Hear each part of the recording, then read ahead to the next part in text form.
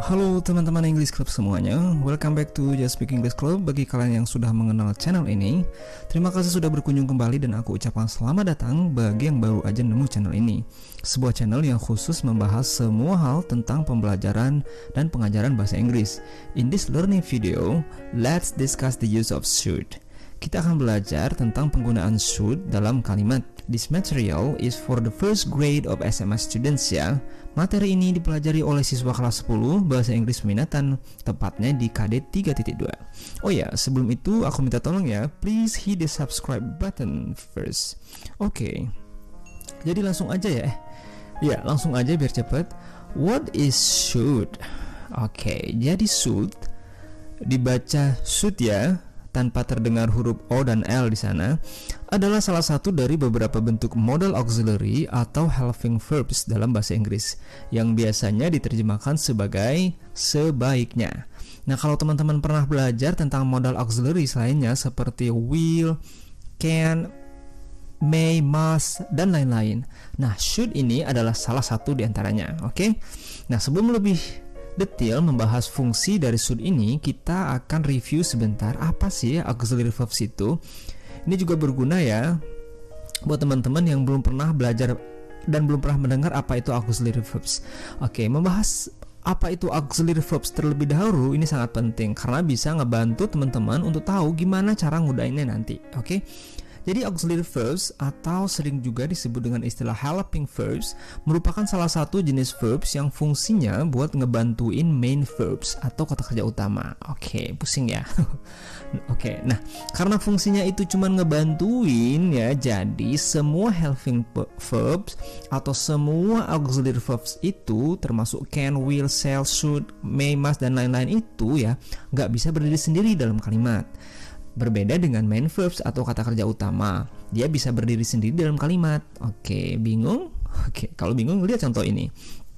I run.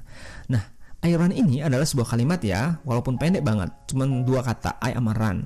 Ini pendek, walaupun pendek, ini adalah sebuah kalimat. Kenapa? Karena di situ udah ada I sebagai subjek dan sudah ada run sebagai predikat atau kata kerja. Run di sini disebut dengan main verbs ya, jadi dia bisa ngebantu sebuah kalimat utuh. Oke, ngerti ya? Karena kalimat utuh itu terdiri dari subjek sama main verb atau subjek tambah predikat. Predikatnya harus berwujud main verbs. Bandingkan dengan kalimat ini, I should. Nah, ini nggak bisa disebut kalimat. Kenapa? Karena isinya cuma ada subjek I dan auxiliary verbs atau kata kerja bantu namanya should. Terus gimana agar ini menjadi sebuah kalimat lengkap? Caranya helping verbs-nya harus diikuti dengan sebuah main verb setelahnya. Oke, lihat kalimat ini. I should run. Nah, ini baru kalimat. Kenapa? Karena terdiri dari satu buah subjek ditambah dengan predikat. Predikatnya ada dua. Should predikatnya satu ya, should run. Tapi terbagi menjadi dua. Ada yang sebagai auxiliary verb yaitu should, ada yang sebagai main verb yaitu run, ya kan? Jadi helping verbs atau should di sini ngebantuin posisi run yang akan merubah fungsi makna kalimat. Gitu, bisa? Oke, udah paham ya apa itu auxiliary verbs? Oke, kalau bisa kita akan belajar gimana sih struktur kalimat ini ketika menggunakan should ya. Gimana membuat sebuah kalimat yang ada should di dalamnya, maksudnya kayak gitu. Oke ya, secara umum bentuk should ini dibagi menjadi dua struktur. Oke, perhatikan tabel berikut ini. Ada should sebagai present, waktu present, ada should yang digunakan waktu lampau atau past atau juga past perfect. Ketika digunakan dalam present, maka biasanya polanya adalah subjek ditambah dengan should dan diikuti dengan verb base. Verb base-nya ada kata dasar. Kata dasar ini berasal dari main verb tadi, kata kerja utama yang udah kita bahas tadi ya. Jadi subjek ditambah should ditambah kata dasar. Kata dasar itu berarti nggak boleh ditambah apa-apa. Sir, boleh nggak kalau misalkan ditambah S kata kerja dasarnya, misalkan go jadi goes gitu, boleh nggak? Ya nggak boleh, karena yang dibutuhin adalah kata dasar. Nah, terus kalau subjeknya misalkan he, she, it, apakah harus menggunakan kata dasar juga? Iya, harus menggunakan kata dasar. Oke, nah kalau misalkan nggak punya kata kerja dasar, bisa juga teman-teman menggunakan to be, yaitu be. Bentuk pertama to be itu adalah be ya. Misalkan dia ketemu dengan kata sifat atau kata keterangan tempat dan lain-lain. Oke, ini kalau misalkan should dalam keadaan present. Nah, gimana kalau dalam past atau past perfect? Biasanya polanya akan kayak gini. Perhatikan tabel ini. Subject akan ditambah dengan should, ditambah dengan have. Nah, karena ada have ini, maka dia wajib diikuti dengan kata kerja ketiga. Nah, kalau misalkan nggak ada kata kerja ketiga, biasanya diikuti dengan to be bentuk ketiga, yaitu been. Jadi should have verb 3 atau should have been, tergantung dari kalimatnya, apa kalimat verbal atau kalimat nominal. Oke. Perhatikan contohnya kalau misalkan pusing ya. Yang pertama nih, she should study harder to pass the test. Kita perhatikan kalimatnya. Subjeknya she, kemudian ditambah dengan should, ditambah dengan kata kerja pertama yaitu study. Sisanya ngikutin aja. Dia sebaiknya belajar giat untuk lulus ujian gitu. Atau kalau misalkan masih bingung juga, aku kasih contoh lain nih. She should be here in 5 minutes. Dia seharusnya sudah berada di sini dalam 5 menit gitu ya. Should ini diikuti dengan to be bentuk pertama yaitu be, karena tidak ada action verb di sana ya, adanya kata keterangan tempat ya here, makanya muncul be di sana. Atau kalau kalimat negatif gimana? Oke, kalau kalimat negatif tinggal teman-teman tambahin kata not di belakangnya.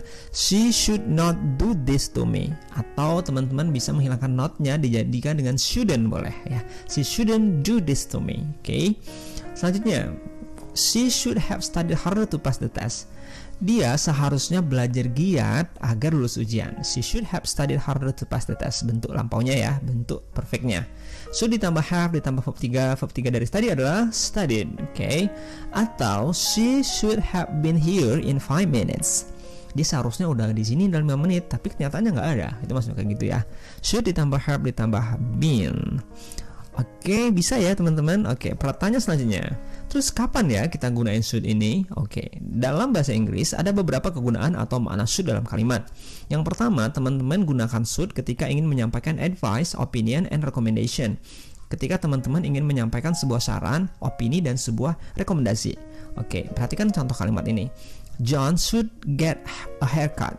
Karena rambutnya udah panjang, John itu disaranin untuk motong rambutnya. Should ini artinya sebaiknya. Atau misalkan he shouldn't smoke. John shouldn't smoke. John sebaiknya tidak ngerokok. Itu adalah sebuah advice. Atau bentuk kalimat tanya boleh juga nih. What should I wear? Aku sebaiknya pakai baju apa ya? Kayak gitu.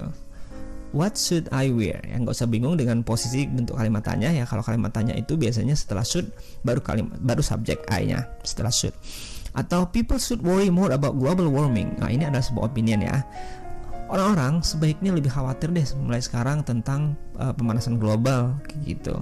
Worry-nya adalah kata kerja pertama. Selain digunakan untuk advice, opinion, dan recommendation, sebuah should biasa dipakai juga untuk mengungkapkan sebuah obligation, duty, atau correctness.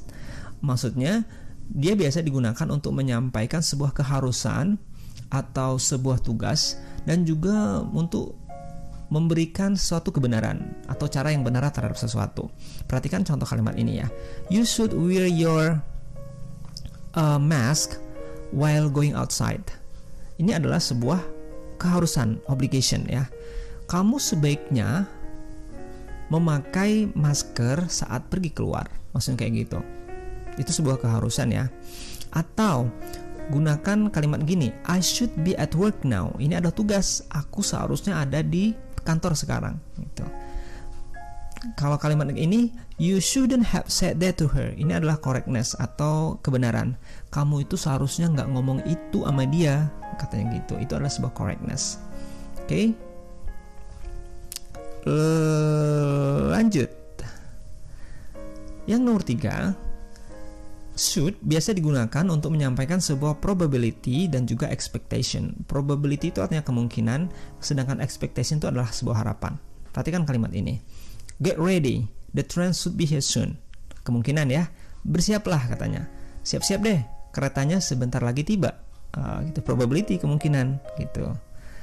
Atau gunakan kalimat seperti ini. $10 is enough, it shouldn't cost more than that. Ini adalah probability juga ya. $10 kayaknya cukup deh, $10 seharusnya nggak lebih dari itu harganya. Itu adalah sebuah probability dan masuk juga sebagai harapan ya, expectation di dalam kalimatnya. Atau gunakan kalimat kayak gini, let's call Mary, she should have finished work by now. Let's call Mary, she should have finished work by now. Ayo telepon Mary gitu. Dia seharusnya udah beres kerjanya sekarang gitu. Itu adalah sebuah ekspektasi atau harapannya gitu. Nah, yang terakhir, should digunakan terutama di bagian past perfect ya, atau should have ya. Biasanya digunakan untuk menyampaikan sebuah penyesalan terhadap suatu kejadian. Maksudnya gimana? Oke, maksudnya kayak gini. Biasanya teman-teman itu udah ada kejadian tertentu yang udah terjadi dan teman-teman menyesali kenapa bisa terjadi kayak gitu. Teman-teman biasanya menyatakan seharusnya kayak gini, makanya nggak kayak gini. Artinya kayak gitu ya. Seharusnya kamu tuh gini, makanya dia akhirnya gini. Coba kalau kayak gini, intinya kayak gitu deh maknanya ya, penyesalan terhadap sesuatu. Kalau masih bingung, coba perhatikan kalimat seperti ini. Frank should have eaten low-fat foods that might have prevented his heart attack. Katanya gitu. Frank itu seharusnya makan makanan yang rendah lemak, karena itu bakal ngebantu mencegah penyakit jantungnya. Dari kalimat ini kita tahu kalau sebenarnya Frank ini menghidap serangan jantung. Kenapa? Kemungkinan besar karena dia memakan makanan yang tidak rendah lemak. Makanya dibilangin sama dia, seharusnya dia itu makan makanan yang rendah lemak gitu. Ngerti ya?